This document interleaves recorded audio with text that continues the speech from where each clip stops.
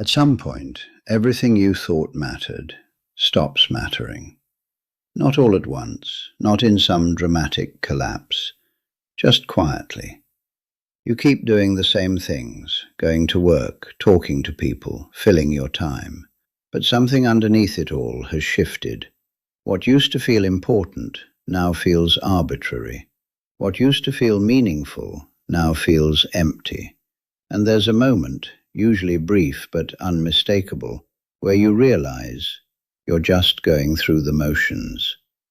Most people don't know what to do when this happens, so they distract themselves. They fill the silence.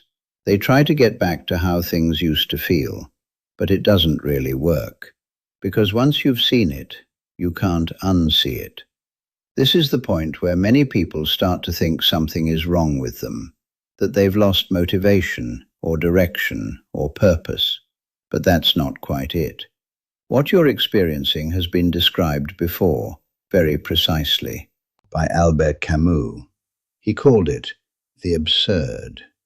Not because life is chaotic, but because there is a gap between your need for meaning and a world that doesn't provide one. The strange thing about this moment is that nothing external has necessarily changed. Your life might look exactly the same. Same routines, same environment, same people. But the way you see it is different. And once that shift happens, it creates a kind of tension, because part of you still wants things to have meaning, still wants direction, still wants a reason behind everything you're doing, but another part of you has started to doubt it. And those two things don't sit comfortably together. Most people respond to this in one of three ways. They either try to ignore it, they throw themselves deeper into distractions, work, entertainment, anything that fills the time, or they start searching desperately for something that will restore that sense of meaning. But Camus makes a very uncomfortable observation. He says the problem isn't that you haven't found meaning yet, it's that you're expecting it to be there at all. That expectation, that life should make sense, that it should feel coherent, that there should be some underlying purpose holding everything together, that's what creates the tension. Because the world doesn't respond to that demand. It doesn't explain itself. It doesn't justify itself. It doesn't give you a clear answer. And that's where the absurd begins. Not in the world itself, but in the collision between your need for meaning and the silence of everything around you. And once you see that clearly, you're faced with a question most people spend their lives avoiding. At this point, there are only a few logical responses. If life has no inherent meaning, then one option is to give up on it entirely.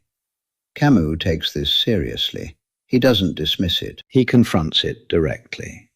Because if nothing matters, then why continue? But he rejects that conclusion, not emotionally, but logically. Because the moment you recognize the absurd, the moment you see that gap clearly, something else appears alongside it. Awareness. You are no longer moving through life on assumptions. You're no longer relying on inherited ideas about purpose or meaning. You're seeing things as they are. And for Camus, that matters. Because giving up would mean you've acknowledged the problem, but refused to face it. Instead, he proposes something much more difficult, something most people instinctively resist: to live without appeal. That means not looking for a higher meaning to justify your life, not expecting the world to provide answers, not trying to escape the tension, but continuing anyway, fully aware of the situation. This is where Camus separates himself from almost everyone else. He doesn't try to solve the absurd. He refuses to soften it. He doesn't offer comfort. He asks something much harder: to live in full clarity without turning away. So what does this actually look like in real life? If you're not relying on meaning, if you're not expecting some deeper purpose to guide you, then what are you left with? You're left with your experience, the small things, the immediate things, what's directly in front of you.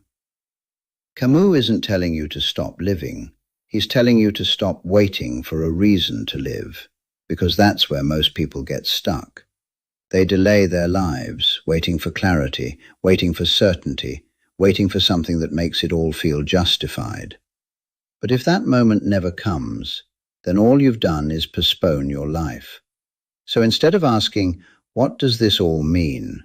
the question shifts to something much simpler. What am I going to do with this? Not in a grand sense, not in a permanent sense, just now. What are you going to do with your time, with your attention, with the fact that you're here without a clear explanation? And strangely, this is where a different kind of freedom appears. Not the comforting kind, not the kind that gives you direction, but the kind that comes from realizing there's nothing you have to live up to. No script, no predetermined meaning, no external standard you're failing to meet. Just the reality in front of you and your response to it. Camus gives a final image for this, a man pushing a rock up a hill, over and over again. No end point, no final success, no ultimate reward. From the outside it looks pointless, even unbearable. But Camus says something unexpected. We must imagine Sisyphus happy, not because his situation changes, not because the struggle disappears, but because he sees it clearly. He knows exactly what he's doing. He isn't waiting for it to become meaningful. He isn't hoping for something beyond it. He accepts it and continues anyway.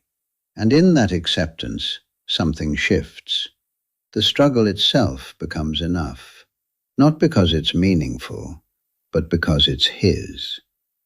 So when you reach that point where things stop making sense, where meaning feels distant or absent, the answer isn't to fix it, it's to see it clearly, and then decide, without illusion, without expectation, what you're going to do next, and continue. If you want to go deeper into this, I've put together a full series on Camus' work.